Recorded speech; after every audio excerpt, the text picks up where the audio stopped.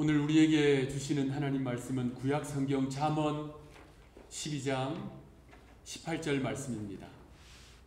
구약 성경 잠언 12장 18절 말씀을 제가 봉독하겠습니다. 칼로 찌름같이 함부로 말하는 자가 있거니와 지혜로운 자의 혀는 양약과 같으니라. 아멘. 지상에 존재하는 포식동물 가운데 가장 강력한 동물은 사자일 것입니다. 사자, 이 성숙한 수사자는요, 머리부터 꼬리까지 길이가 약 13피트 정도 됩니다. 4m 정도 되는 거죠. 몸무게가 약 400파운드, 그 몸무게로 시속 40마일을 달립니다. 어마어마한 포식동물이지요. 이 포식동물에 있어서 중요한 이 무기가 있어요. 치악력이라고 합니다. 무는 힘, 이 턱의 힘, 무는 힘이에요. 건강한 성인 남자의 치악력이 약 150파운드 정도 된대요. 150파운드 정도의 이 압력으로 음식을 먹기도 하고 이렇게 뭅니다. 야생 들개의 치악력이 2배예요. 300파운드 정도 된대요. 사자의 이 치악력은 1300파운드 정도 됩니다. 32개의 칼처럼 날카로운 이빨로 1300파운드의 치악력으로 이 먹이의 뼈까지 부수뜨립니다. 사족을 달면 사람 가운데서도 치악력이 특별히 강한 분들이 있어요. 기네스북에 등재된 내용인데요. 미국의 어떤 남성의 치악력이 1000파운드 정도 된대요. 수사자와 거의 맞먹습니다. 그 치악력으로 여러분 보셨겠지만 줄을 묶어서 차를 끌기도 하고요. 또 코코넛 겉껍질이 얼마나 단단합니까? 사람의 이빨로 몇 시간 만에 코코넛 겉껍질을 500개를 깎아냈습니다. 그런 기록이 있습니다. 그런 치악력으로 서로 물고 싸우면 많이 다칩니다. 몸도 마음도 많이 상합니다. 이 사자가요, 포효한다고 그러지요. 울부짖는다고 그러지요. 사자의 포효는 전방 5마일까지 갑니다. 그러니까 5마일 이내에 있는 동물들은 이 사자의 울음소리에 숨도 죽이고 벌벌 떨게 됩니다. 이러한 사자에 대해서 잠언에는 이렇게 기록하고 있습니다. 잠언 30장 29절 30절. 잘 걸으며 위풍 있게 다니는 것 서너시 있나니 곧 짐승 중에 가장 강하여 아무 짐승 앞에서도 물러가지 아니하는 사자와. 그러니까 어떤 짐승 앞에서도 이 사자는 물러가지 않는 거예요. 가장 강한 짐승, 포식자 중에서도 가장 잔인한 이 짐승. 그런데 여러분, 이 사자를 미소 짓게 만드는 것이 있습니다. 사자를 웃게 만드는 것이 있어요. 무엇이 사자를 웃게 만들까요? 이 잔인한 포식자를 웃게 만들까요? 맛있는 임팔라의 고기? 아니면 시원한 오아시스? 아니면 예쁜 암사자? 아닙니다. 사자를 웃게 만드는 것은 코끼리의 배설물이에요. 놀랍지요? 코끼리의 배설물이 왜 사자를 웃게 만들까요? 오늘 동물 이야기 좀 하고 코끼리의 배설물, 쉽게 말하면 코끼리의 똥요, 똥. 설교 시간에 똥똥거려서 미안합니다만 왜 코끼리의 배설물이 사자를 웃게 만들까요? 여기 계신 분들, 자녀를 키우신 분들, 또 손주들을 돌보시는 분들은 다 아시겠지만 그 아기들이 하루 종일 하는 일이라고 쓰는 뭐예요? 먹고 자고? 예. 그거 하는 거예요. 그러면서 아이들을 돌볼 때 그 아이들의 응가를 보시면서 할머니들이 그렇게 이야기하세요. 변이 좋으면, 변이 안 좋으면 아이들이 건강이 좋지 않다는 이야기잖아요. 그래서 변이 좋으면 아이고 우리 애기 똥이 황금색이네 하면서 기뻐합니다. 사자가 코끼리의 배설물을 보고 기뻐하는 것이 그런 이유일까요? 조선왕조 실록에 실제로 있는 내용인데요. 조선시대에 직책 가운데 왕의 변을, 그 당시에는 변이라고 부르지 않았어요. 왕의 매화라 불렀어요. 왕의 매화를 전문적으로 관리하는 직책이 있었습니다. 그 직책의 이름이 뭐냐면요, 보기나인이라는 직책이에요. 이 보기나인은 왕이 매화를 생성하시면 그거 가지고 왕의 전문 의사, 어의들에게 가지고 가서 왕의 건강을 체크하게 했습니다. 기록에 따르면 이 어의들은요, 왕의 매화를 눈으로 보고 냄새도 맡고 손으로 만져볼 뿐만 아니라 맛도 보았다는 기록이 있습니다. 점심 식사 전에 죄송합니다. 코끼리의 배설물을 보고 호랑이가 진짜 미소를 지어요. 제가 영상으로 봤는데요, 이렇게 웃어요. 왜 그럴까요? 코끼리의 건강을 생각해서요? 아닙니다. 코끼리의 배설물 안에는 특별한 화학 성분이 있어요. 인돌이라고 하는 화학 성분이 있습니다. 이 인돌이 뭐냐면요, 우리 창세기에 보면 합환체라는 걸 여러분 들어보셨죠? 합환체와 똑같은 효과예요. 그러니까 이 사자가 코끼리의 배설물에서 나타나는 이 인돌 성분을 딱 맡으면요, 기분이, 아이들 표현으로 뿅크하여 기분이 좋아지는 겁니다. 이 사자가 흥분을 해요. 그래서 자기도 모르게 미소를 짓습니다. 그런데 이 인돌이라고 하는 화학 성분은요, 사람들이 배출하는 가스에도 있습니다. 심지어 향수에도 사용돼요. 그런데 이 중요한 것은 양입니다. 이 양이 적절하면 향기가 되고요, 양이 적절하지 못하면 악취가 됩니다. 이런 자연의 신비로운 현상을 이해하는 관점에서 사도 바울의 권면을 들을 필요가 있습니다. 사도 바울은 골로새 4장 6절에서 이렇게 이야기합니다. 너희 말을 항상 은혜 가운데서 소금으로 맛을 냄과 같이 하라. 동서고금을 막론하고 음식을 만드는데 가장 중요하고 또 기본이 되는 조미료는 소금입니다.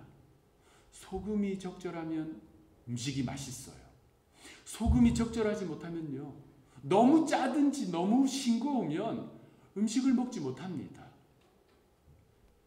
인돌 성분이 적절하지 못하면 악취를 발생시키는데 적절하면 향기가 됩니다.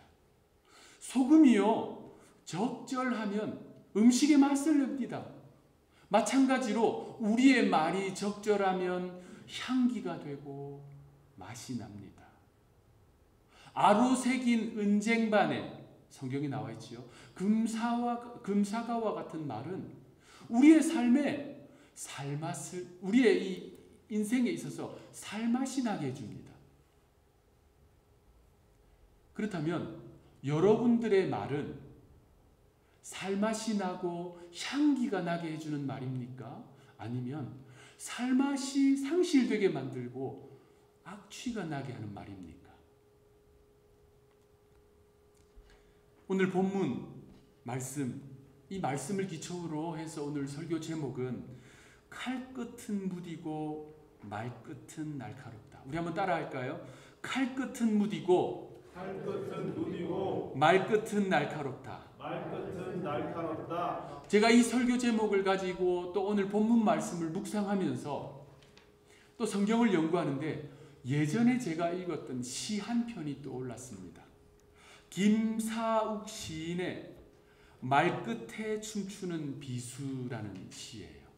제가 그 시 가운데 일부를 읽어드릴게요. 날선 칼끝보다 예리한 말끝에 도려진 심장, 말끝엔 비수가 춤을 추고 눈총에 멍뚫린 가슴, 새치 혀끝에 생과 멸이 공존하는 현실, 혼돈으로 얼룩진 시궁창 같은 입으로 냄새를 풍기는가, 누구의 심장을 향해 혀끝을 놀리려 밥알을 입에 넣는가. 여러분 이 시의 한 소절 한 소절이 정말 마음을 후벼 파는 것 같아요. 그 가운데 가장 큰 울림을 주는 부분은요.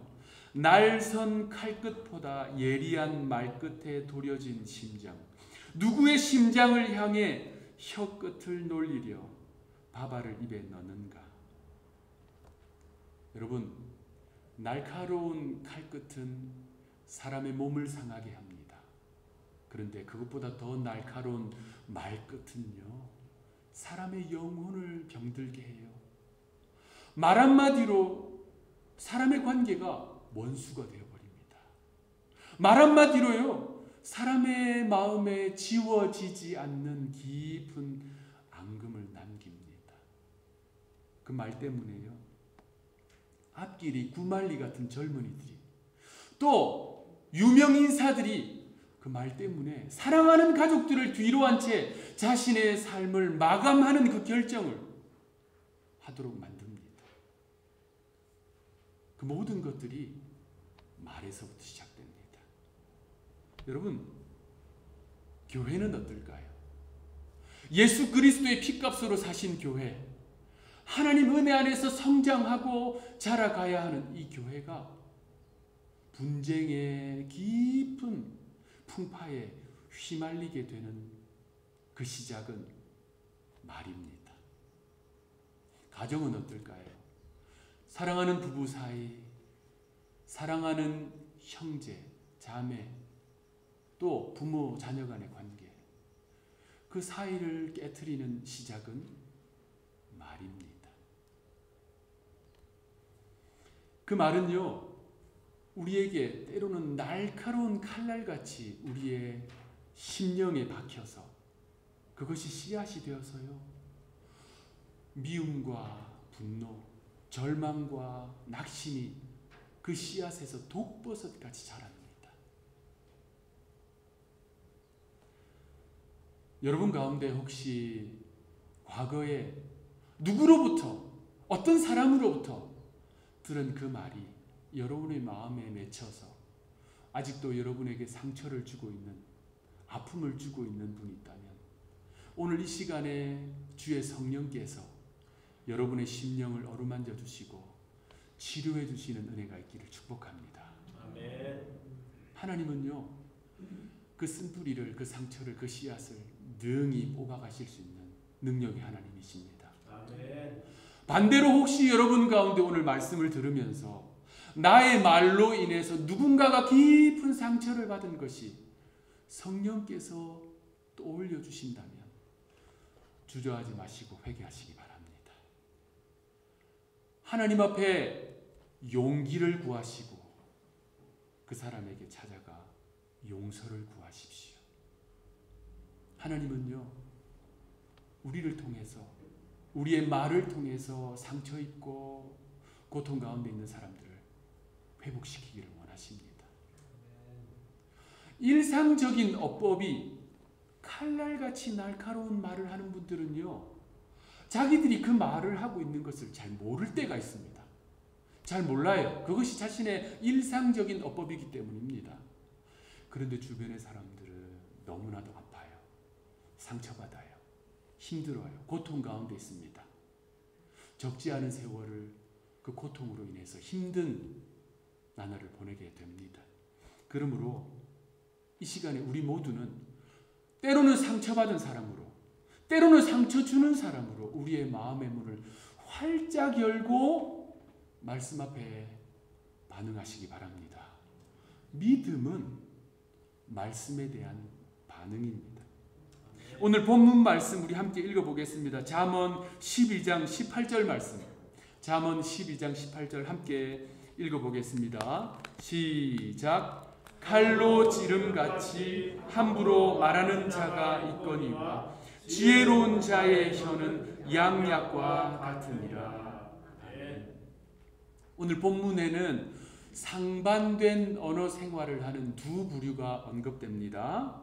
첫째는 날카로운 칼로 찌름같이 함부로 말하는 자, 둘째는 양약과 같이 말하는 지혜로운 자. 여러분의 언어 생활은 어떠합니까? 여러분은 어느 부류에 속해 있습니까? 칼로 찌름과 같이 상대방의 마음에 상처를 주는 독약을 주는 어법을 사용하십니까? 아니면 양약을 주는 사람, 그들의 영혼과 마음을 치료할 뿐만 아니라 그들의 몸을 치료할 정도의 보약과 같은 말을 하십니까? 그렇다면 혹시 여러분이 그러한 날카로운 칼과 같이 말하는 사람이라면, 혹시 여러분 주변에 그러한 어법을 통해서 여러분의 심령에 지속적으로 상처를 주고 있다면 왜 그런 말을 할까요? 왜 그런 말을 할까요? 우리는 욥기에서 지혜를 얻을 수 있습니다. 극심한 고난의 터널을 지나고 있는 욥 주변에는요, 세 부류가 있습니다. 누가 보아도 위로가 필요한, 누가 보아도 정말 긍휼의 마음으로 다가가 토닥여주고 안아주어야 할 그 욥에게 그들은 칼날과 같은 말로 욥의 마음에 비수를 꽂습니다. 첫째 부류는 마음에 상처가 가득한 부류입니다.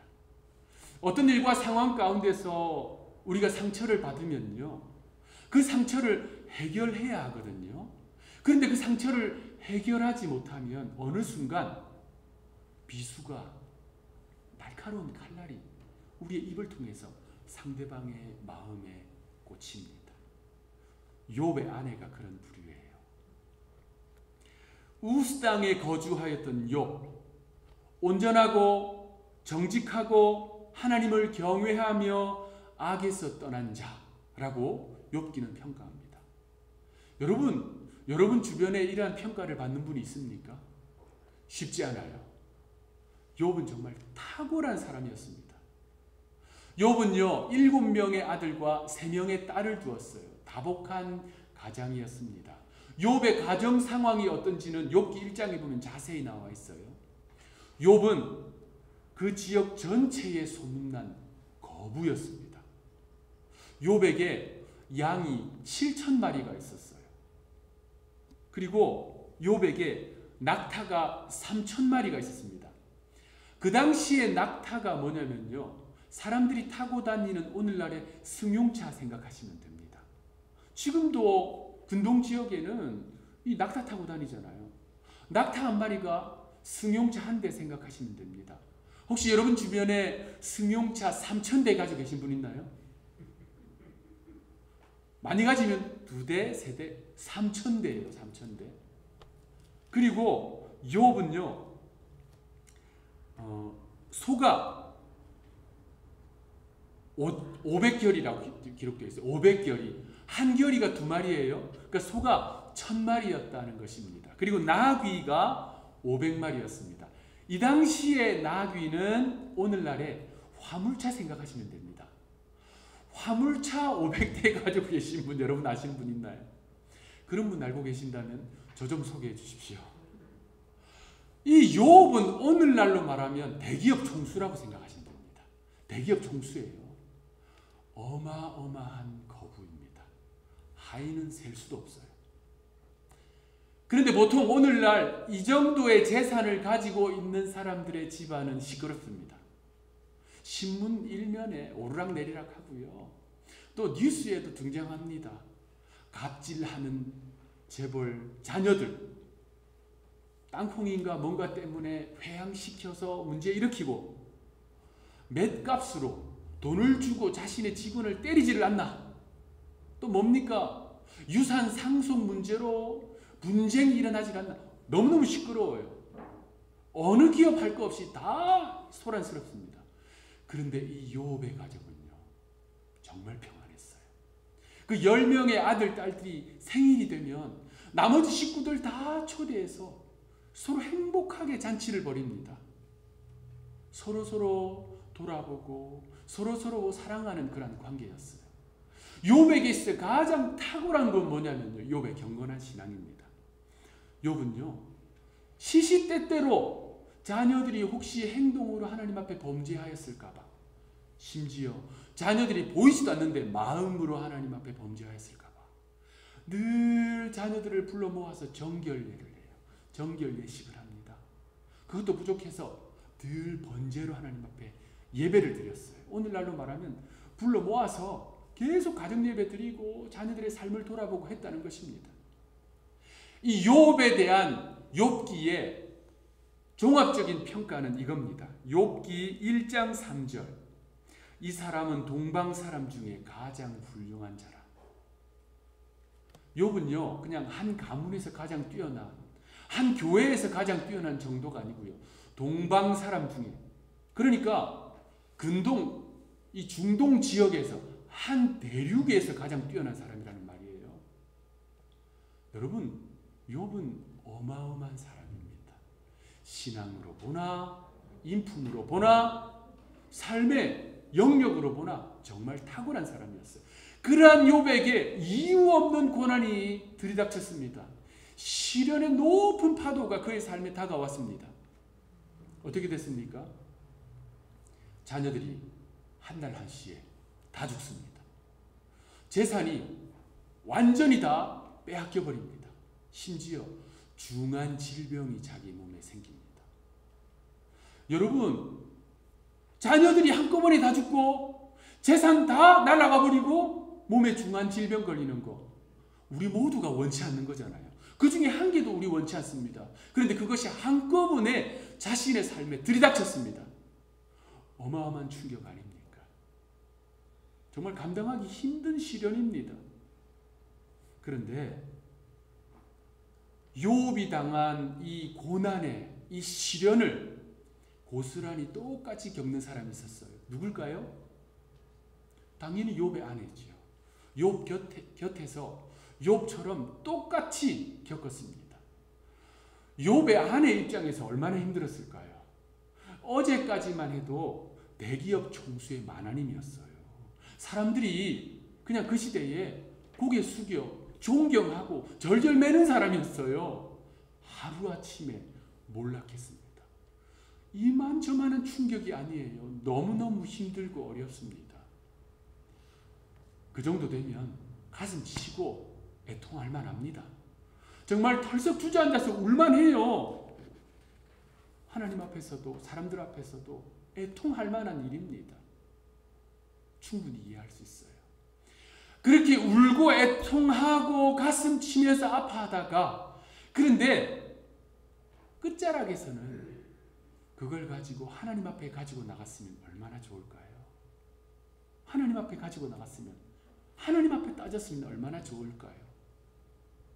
제가 우리 성도들 대화하고 기도 제목 물어보고 신방하고 이러면서 우리 성도님들 점점 알아가면서, 최근에 어떤 성도님 대화하면서 참 마음에, 저도 경험해보지 못한 참 마음에 힘든 상처가 있으신 것을 이야기를 들으면서 더 알게 됐어요. 이야기를 듣는데 얼마나 힘드셨을까, 얼마나 이 세월이 참 어려웠을까, 하나님 앞에 얼마나 그 아픔을 또 따지고 싶은 마음들이 얼마나 많았을까. 왜 저에게 하나님? 그런 이야기를 듣는데요, 참 감사한 것은 그 아픔의 문제를 고스란히 하나님 앞에 가지고 나가서 하나님 의지하고 하나님 위로 바라보고 믿음으로 걸어가고 있는 겁니다. 제가 그런 분들 보면 목사지만 참 존경스럽고, 그런 성도들에게 제가 믿음을 배웁니다. 저는 뭐 그렇게 말씀드릴 수 있어요. 그런 분들과 대화하면 제 믿음을 돌아보게 되고 믿음을 배우게 된다고 말씀드리고 싶어요. 욥의 아내가 그랬으면 얼마나 좋을까요? 그런데 욥의 아내는 완전히 다른 길로 갑니다. 자신의 그 상처가요, 쓴뿌리가 내릴 때까지 그대로 방치합니다. 그리고 비틀비틀거리면서도 하나님 앞에 서려고 애쓰고 있는, 어쨌든 믿음을 지키려고 하고 있는 그 남편에게 찾아가서 소리를 지릅니다. 욥기 2장 9절. 당신이 그래도 자기의 온전함을 굳게 지키느냐? 하나님을 욕하고 죽으라. 제가 성경을 읽으면서 우리 성경은 참 점잖다는 생각이 들어요. 점잖잖아요. 여러분 그 사장님이 그렇게 말씀하시겠어요? 실감이 안 나요. 딱 이런 이야기라고 저는 생각됩니다. 인간아, 이 상황에서 믿음이 무슨 소용이 있어? 하나님이 무슨 소용이 있어? 하나님 욕하고 죽으라. 이 인간아, 입에 딱딱 붙나요? 사실 이것도 좀 부족할 거예요. 고래고래 소리 지르면서 욥을 향해서 지적질을 하면서 칼날보다 날카로운 말로 욥의 마음에 비수를 꽂습니다. 여러분, 욥의 마음에 얼마나 깊은 상처가 되었을지 우리는 예상할 수 있습니다. 욥과 욥의 아내, 자신의 상처를 하나님 앞에 가지고 나간 욥, 자신의 상처를 쓴뿌리가 되도록 그대로 둔 욥의 아내. 욥기 전체를 살펴보면요, 그 본문 이전에도 그 본문 이후에도 욥의 아내는 등장하지 않습니다. 심지어 욥기 마지막 부분에 가면요, 하나님이 욥에게 자신의 그 큰 아픔과 상처를 다 잊을 만한 큰 복을 주세요. 예전에보다 더 큰 복으로 욥을 위로해 주십니다. 그런데 그 장에도, 그 내용에도 욥의 아내는 등장하지 않습니다. 성경에서 욥은 남편에게 독서를 퍼부은 여인으로 그저 기억될 뿐입니다. 여러분 내면에 상처가 있다면 방치하지 마세요. 하나님 앞에 가지고 나가십시오. 하나님의 도우심을 구하십시오. 하나님의 치유를 구하십시오. 그래서 여러분의 상처와 아픔이 사랑하는 내 주변에 있는 사람들에게, 우리 믿음의 공동체에게 칼날 같은 말을 퍼붓게 만드는 그러한 상처가 아니라 그 상처가 오히려 하나님 앞에 나아가도록 만드는 은혜의 도구가 되도록 하십시오. 욥기에 나오는 날카로운 칼로 찌름과 같이 함부로 말하는 자, 두 번째 부류는 마음에 교만이 가득한 사람입니다. 욥의 친구들이 그 부류입니다. 욥에게 큰 재앙이 내렸다는 이야기를 들은 욥의 친구들이 욥을 찾아와요. 대만 사람 엘리바스, 수아 사람 빌닷, 나아마 사람 소발이 먼저 등장하고요, 나중에 부스 사람 엘리후가 또 등장합니다. 이들이 욥에게 딱 찾아와서, 욥기에 그렇게 돼 있어요. 7일 동안 말을 못해요. 욥을 딱 보면서 할 말을 잃은 겁니다. 그의 비참하고도 너무너무 어려운 그 상황을 보면서 말을 잃었어요. 얼마나 욥의 상황이 참담했으면 그랬겠습니까? 그리고 7일이 지났습니다. 엘리바스를 시작으로 욥에게 말을 하기 시작합니다. 그런데 한다는 말이 욥기 4장 7절. 여러분 한번 읽어보시겠습니까? 욥기 4장 7절 시작. 생각하여 보라, 죄 없이 망한 자가 누구인가? 정직한 자의 끊어짐이 어디 있는가? 역시 여러분들은 점잖게 읽으셨어요. 엘리바스가 절대 이렇게 말했을 리가 없습니다. 이 문구가 그러한 뉘앙스가 아니에요. 정죄예요. 욥에게 지금 정죄하는 겁니다. 이런 말이에요. 네가 지금 당하고 있는 고통 잘 생각해봐. 죄 때문이야. 네 죄가 너로 하여금 이런 고통을 겪게 만들었어. 그 뒤로 나오는 친구들의 대화는요, 이 이야기들은요, 누가 더 욥에게 깊은 상처를 주고 있는지 경쟁이라도 하듯이 욥의 마음에 칼날 같은 비수를 꽂기 시작합니다. 도대체 이들이 왜 이런 말을 할까요? 위로해주고 토닥여주고 끌어안아주고 함께 울어줘야 되는데 왜 이런 말을 할까요? 교만이 그들의 마음에 가득하기 때문입니다. 교만 때문이에요. 이 교만이 이 안에 가득하니까 나는 옳고 나는 바르고 나는 의롭고 너는 죄인이고 너는 이것이 잘못되었고 너는 옳지 않고, 그래서 정죄의 말을 쏟아 놓는 것입니다. 여러분, 저를 포함해서 이 자리에 계신 모든 분들, 영상으로 예배드리는 모든 분들 기억하십시오. 하나님이 가장 미워하시는 것 교만입니다. 하나님이 얼마나 미워하시냐면요, 이렇게 이야기하세요. 교만한 자의 이를 꺾겠답니다. 여러분 너무 살벌하지 않나요? 하나님이 이 교만한 것들은 이를 꺾겠다는 말씀을 하세요. 그렇게 교만을 미워하세요. 우리 그리스도인들 가운데 하나님 앞에 교만할 수 있는 사람이 누가 있습니까? 여러분, 우리는 교만과 정말 멀어야 될 사람입니다. 하나님을 아는 사람이라면요, 공의로우신 하나님을 아는 사람이라면 우리는 정말 겸손해야 돼요. 겸손은 선택이 아닙니다. 그리스도인들에게 겸손은 필수예요. 해보다 더 밝은 공의로우신 하나님 빛 앞에 딱 섰을 때 자신의 등 뒤에 죄의 그림자가 생기지 않을 사람이 도대체 누구 있습니까? 제가 그럴까요? 여러분들이 그럴까요?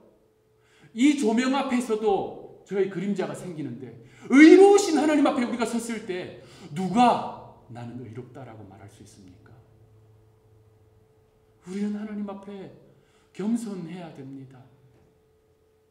교만을 멀리해야 돼요.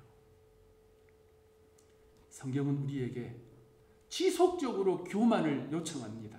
빌립보서 2장 3절 말씀 우리 함께 읽어보겠습니다. 2장 3절 시작. 안 뜨나요? 빌립보서 2장 3절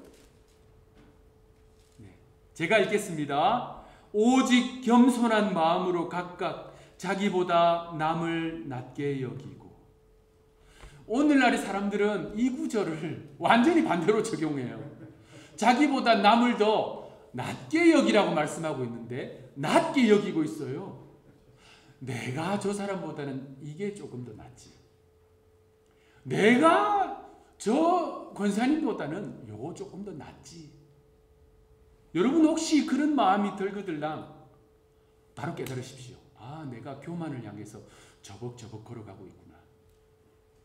낫기는 몰라요. 우리 다 하나님 앞에서 이름도 내밀 수 없는 죄인들이잖아요. 미국의 높은 빌딩이 뭡니까? 퍼뜩 떠오르는 그 전에 63 빌딩이 떠오르는 한국에 있습니다. 63 빌딩에서요, 저 밑에 걸어가는 사람들 보면요, 속된 표현으로 도끼개끼예요. 키 큰 사람이 없습니다. 그냥 그 사람. 비행기 타고 쭉 보면요, 높은 산이 따로 없어요. 그냥 다 거기서 거기입니다. 높으신 하나님 앞에서 볼 때 누가 하나님 앞에서 나 좀 잘났습니다라고 말할 수 있나요? 타인을 볼 때 여기 계시는 우리 장로님들, 권사님들, 집사님들, 타인을 볼 때 이분은 예수님께서 십자가에 못 박아서 피로 값주고 산 사람이라고 생각해야 합니다. 피로 값을 지불했다는 말은, 예수님이 피를 값으로 지불했다는 말은 이분이 예수님만큼 가치가 있다는 거예요. 여러분 동의하십니까? 우리 옆에 분들 한번 바라봅시다. 절 보지 마시고 옆에 분들, 당신을 보니 예수님 뵌 듯합니다. 이렇게 한번 합시다.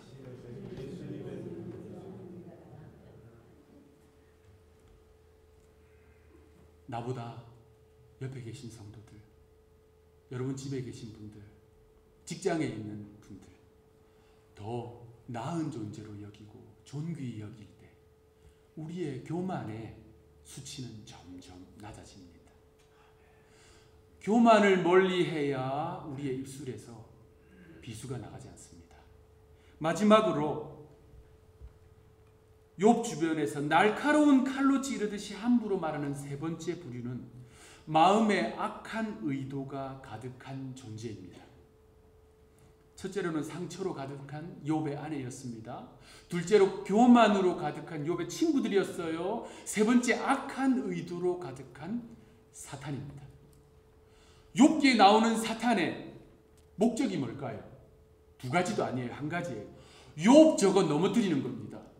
하나님이 사랑하시고 자랑하시는 저 욥, 하나님이 너무너무 예뻐하시고 아껴하시는 이 욥 넘어뜨리고 싶은 거예요.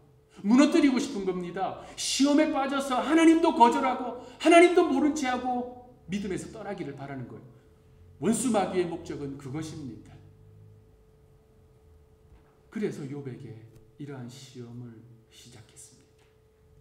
여러분, 이 마음에요, 악의가 있으면, 악한 의도가 있으면요, 당연히 악한 말이 나오죠. 우리 예수님이 이렇게 말씀하십니다. 누가복음 6장 45절. 선한 사람은 마음에 쌓은 선에서 선을 내고 악한 자는 그 쌓은 악에서 악을 내나니 이는 마음에 가득한 것을 입으로 말함이니라. 영적 원리를 하나 말씀드리겠습니다. 하나님의 성품은 노력하지 않으면 닮아갈 수 없습니다. 자발적으로 저절로 되지 않아요. 왜냐하면 우리의 죄의 본성 때문에 그렇습니다. 겸손도 마찬가지고 선한 삶을 살아가는 것도 우리가 노력해야 돼요. 그런데 죄는, 악한 의도는 가만히 있어도 쌓입니다. 여러분 집안 청소하실 때 먼지를 불러 모으지 않아도 자연스럽게 쌓여요. 우리가 사는 세상이 그렇습니다. 원수 마귀가 가만히 두지 않습니다. 그러므로 끊임없이 우리 속에 악한 의도가, 악한 생각이 쌓이지 않도록 정결케 해야 돼요. 거룩하게 해야 됩니다.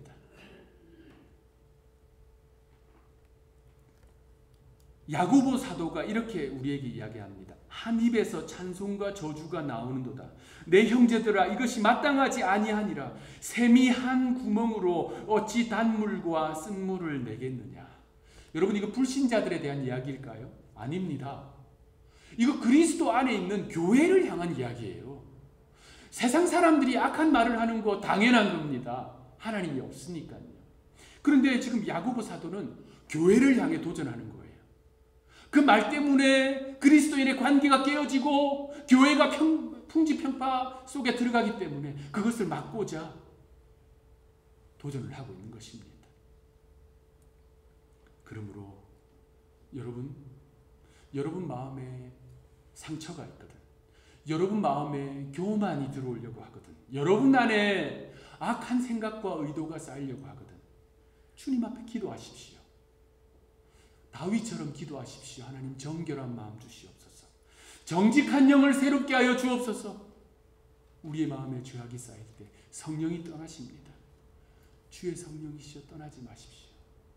이사야 선지자를 제단 숯불로 그 입술을 정결케 하신 것처럼 하나님 늘 나의 입술을 정결케 하여 주셔서 나를 통해 양약과 같은 말이 나갈 수 있도록, 그래서 낙심하고 절망한 사람들이 나의 말을 통해서 그래 다시 한번 살아보자, 다시 한번 용기 내보자, 이 어려운 세대 속에서 우리 모두가 힘들고 어려운 이 시대 속에서 한번 다시 하나님 붙들어보자, 이러한 용기와 힘을 주는 양약과 같은 말을 하는 저와 여러분들이 되시기를 구주 예수님의 이름으로 축원합니다.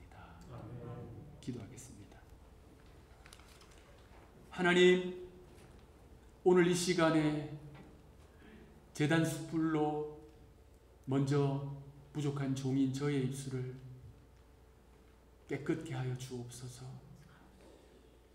저를 통해서, 저의 부족한 말을 통해서 혹여나 사랑하는 믿음의 공동체가 또 저희 가족과 저희 삶의 영역에서 상처받고 고통받고 있다면 하나님, 이 입술에서 하나님의 말씀도 전하면서 타인의 심령에 비수를 꽂지 않도록 저를 먼저 정결케 하여 주옵소서.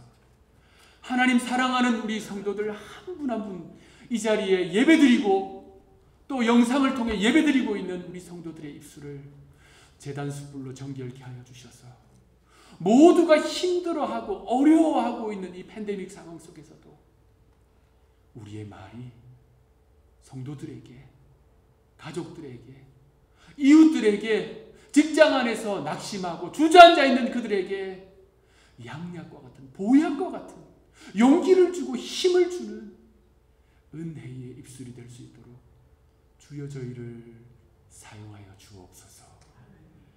그래서 저희를 통해서 주님이 기뻐하시며 영광 받으시는 이번 한 주간 되게 하여 주옵소서. 감사하옵고 구주 되시는 예수님의 이름으로 기도하옵나이다.